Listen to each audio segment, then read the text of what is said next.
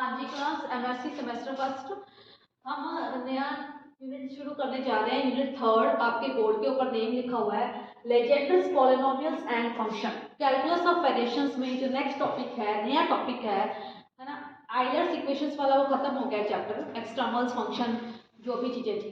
तो अब हम नया शुरू करने जा रहे हैं जिसका नाम है लेजेंड्स पॉलिनोमियल्स एंड फंक्शंस। ठीक है, तो इसके फॉर्मूले देखो। सबसे पहले आपके बोर्ड के फॉर्मूले लिखे हुए हैं। लेजेंडर डिफरेंशियल इक्वेशन कैसी होती है, उसकी शक्ल कैसी होती है लेजेंडर डिफरेंशियल इक्वेशन की।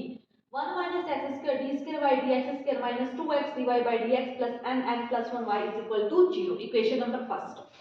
इन दोनों को मैंने क्या लिख दिया, d by d x 1 minus x square d y by d x. इसका करके देख लो, चाहे एक बार यू को छोड़ के, मतलब कि इसका किया, एक बार इसको छोड़ के इस चीज का कर दिया।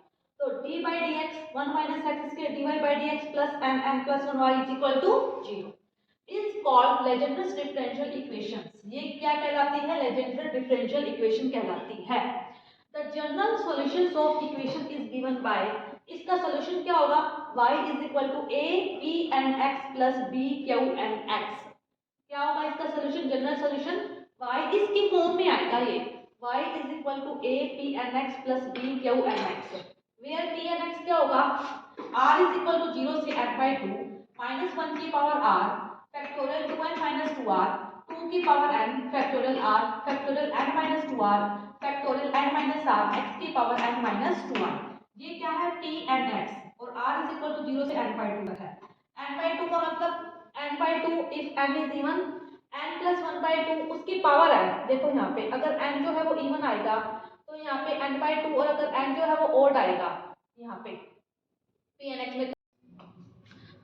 आगे देखो, generating function for LP. Generating का मतलब क्या होता है, जनरेटिंग का मीन्स क्या होता है कि इसको जब एक्सपेंड करते हैं तो वो जनरेट होता जाता है फंक्शन। ठीक है, तो 1 minus 2x n plus z square की minus half is equal to n is equal to 0 से इन्फिनिटी z की power n p n x। ये सारे फॉर्मूले हैं।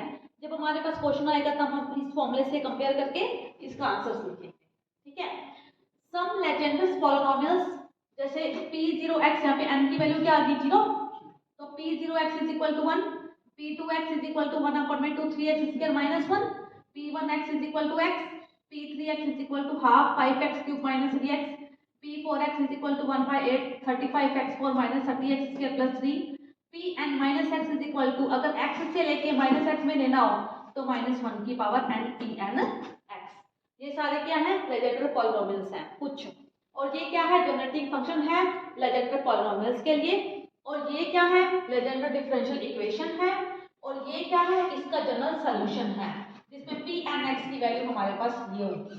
ठीक है, जैसे जैसे चीजें आएंगी हम आगे पढ़ते जाएंगे।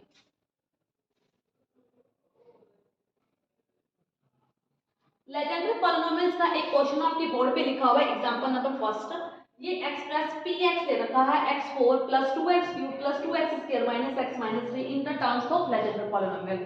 इसको हमने एलपी में चेंज करना है, तो इसको एलपी की फॉर्म में लिख लो a p4x, क्योंकि 4 को लिखा है क्योंकि पावर कितनी है, 4 है।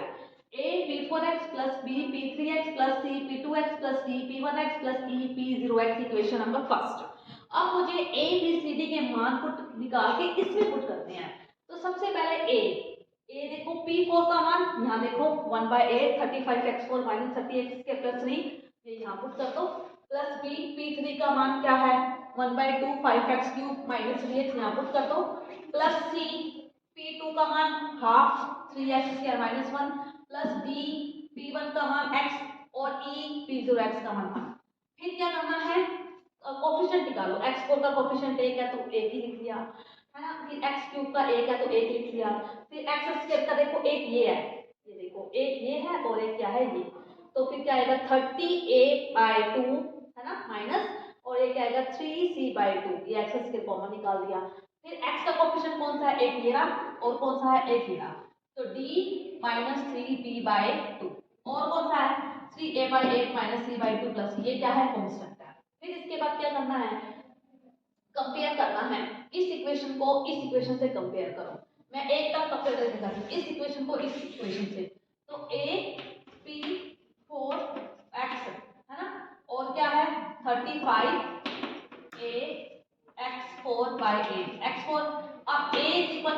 8 है तो मेरे पास a की वैल्यू हमारे पास कितनी आ जाएगी 8/35।